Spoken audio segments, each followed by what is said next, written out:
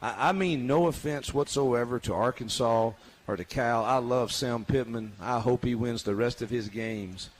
But I'm telling you, the hard truth is we play them 9 more times, we beat them 9 times. And that's what's hard to take. And it's hard for our fans, I'm sure, and it's certainly hard for us. And you have 460-something yards, and we only had 50-something plays of offense because we turned it over 5 times. Wait, what? This guy. Oh, no. Hold on a second. We got to listen to that again. One more time. Maybe not the whole thing. I mean no offense whatsoever to Arkansas or to Cal. I love Sam Pittman. I hope he wins the rest of his games. But I'm telling you, the hard truth is we play them 9 more times, we beat them 9 times. Just to be clear, one more time. We play them 9 more times, we beat them 9 times. Emphasis on beat. We beat them 9 times. Well, I know what I'm going to say on the Monday after the Egg Bowl. Hey. I'm going to say 100. There's improvement because he said we turned it over. Progress. It's little things, little victories. Yeah. So what's his other option? They? Yeah, because that's what he usually does. Players. Yeah, my players did this. Yeah, the quarterbacks. The players. But he said we, so there's progress there. But imagine for a second, you guys know me, I am pro fan, especially the average fan, but disregard Auburn fans at large for a second and think about Auburn mega donor who paid Brian Harson's buyout after paying Gus's buyout. Auburn boosters have had to foot the bill a lot lately. You do that with the promise from John Cohen that you're getting Lane Kiffin. Ultimately, you can't, and he hires Hugh Freeze. And then, while you're helping pay buyouts of failed coaches, you're also told you need to buy the players too. And so you give more of your money to buy the players on the field. And in year 2, after 4 weeks at Auburn, the coach is telling you, yeah, well, we beat them 9 times out of 10 if we played them again.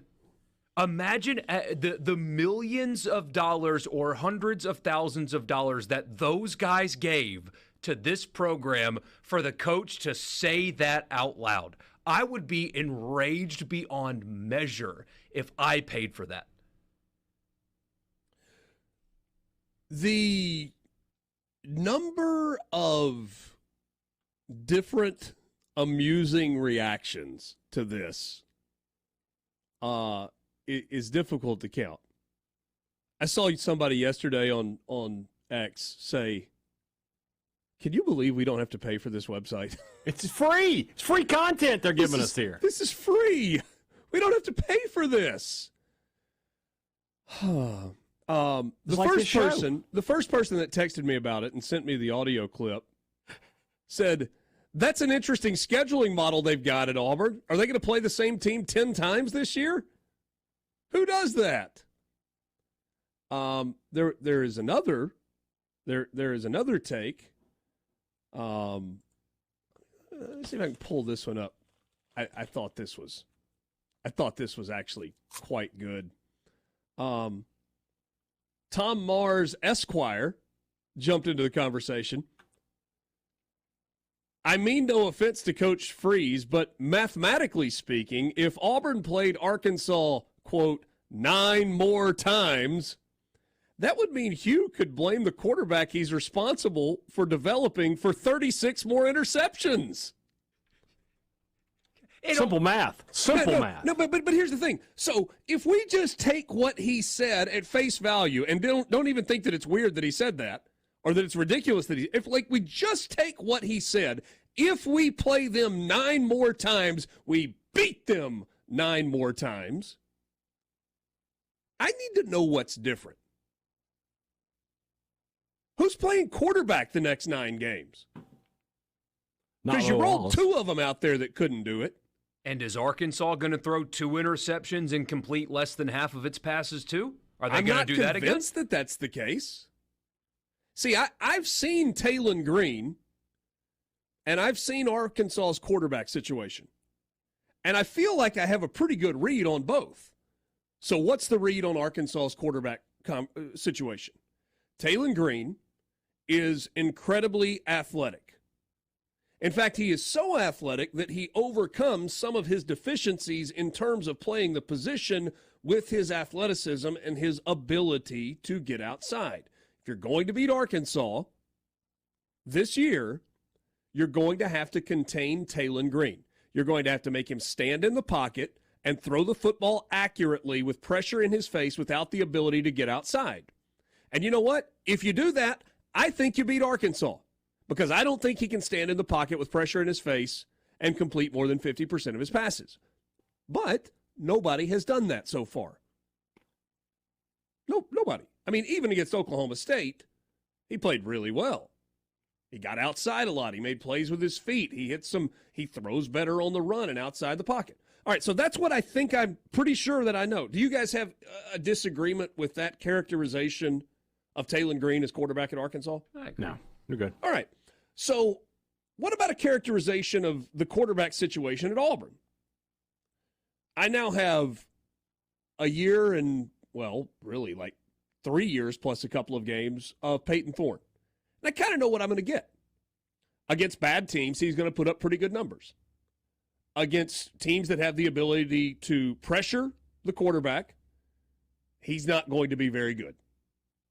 If he can just stand back there with no pressure and throw it, he's got a good enough arm and he's got good enough receivers, he can just go out there.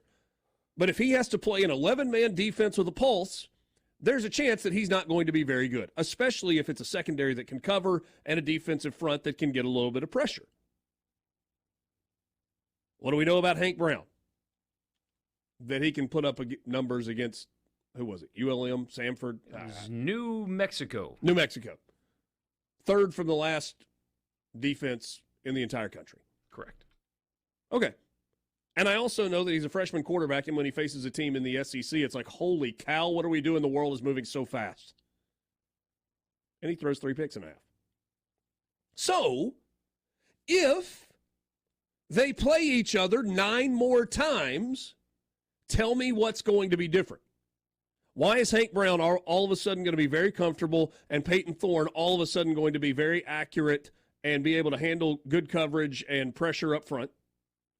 And why is all of a sudden Taylon Green not going to be able to do the things that he has done for the first 4 games of the season? What's different? Because, I genuinely want to know what it is that Hugh Freeze sees that we don't see. Because what he saw was, we ran the ball like crazy and we go for 467 yards. Yeah, but you're a bad team that makes a lot of mistakes. And it's not the first time this year that you're a bad team that's made a lot of mistakes. We saw it 2 weeks ago against Cal also. So you're just going to magically become a different team if you play the same team that you just lost to 9 more times? And by the way, Arkansas didn't kick a field goal with time expiring from 57 yards away that just slipped over the crossbar to win by 1. They won by 2 scores, and it really wasn't that close. What am I missing? How did he rationalize in his brain, he being Hugh Freeze that I'm talking about here, that if this Auburn team with this personnel plays this Arkansas team 9 more times, that they are going to win 9 consecutive games? Help me understand. He's a crazy person. There's another word you could use. I could use lots of words to describe Hugh Freeze. But crazy person sums it up for me. No, it's excuse making. It's the exact same thing that happened at the end of the time at Ole Miss. This is the kind of stuff that you say when you're failing. It's that kind of stuff. I didn't actually fail. They just got us the 1 out of 10 times that it's that kind of stuff. And nobody should buy it. But Dave Clawson, after they played Ole Miss, said if we played them 10 times, 9 more times, he said if we played them 10 times, they would beat us 9 times, and we'd need a lot of good fortune to get that 1. It's a fine thing to say. Thanks for the honesty, Coach. Yeah. But that's what this is. I am. It's impossible to parody. If somebody did the AI voice to make him say that, I would have laughed because, very, very typical. But that's what's going on here. It's failing. And then Oklahoma's defense is going to make his offense look like crap again this week. And Georgia's going to beat them by 100. And Alabama's going to beat them by 100. And they're not going to portal well. And they're not going to recruit quarterbacks well, because who wants to play for that? Nobody. It's that is desperation when you're failing. Lucas and Union, C Spire text line. Watching Freeze give them the whole Freeze experience.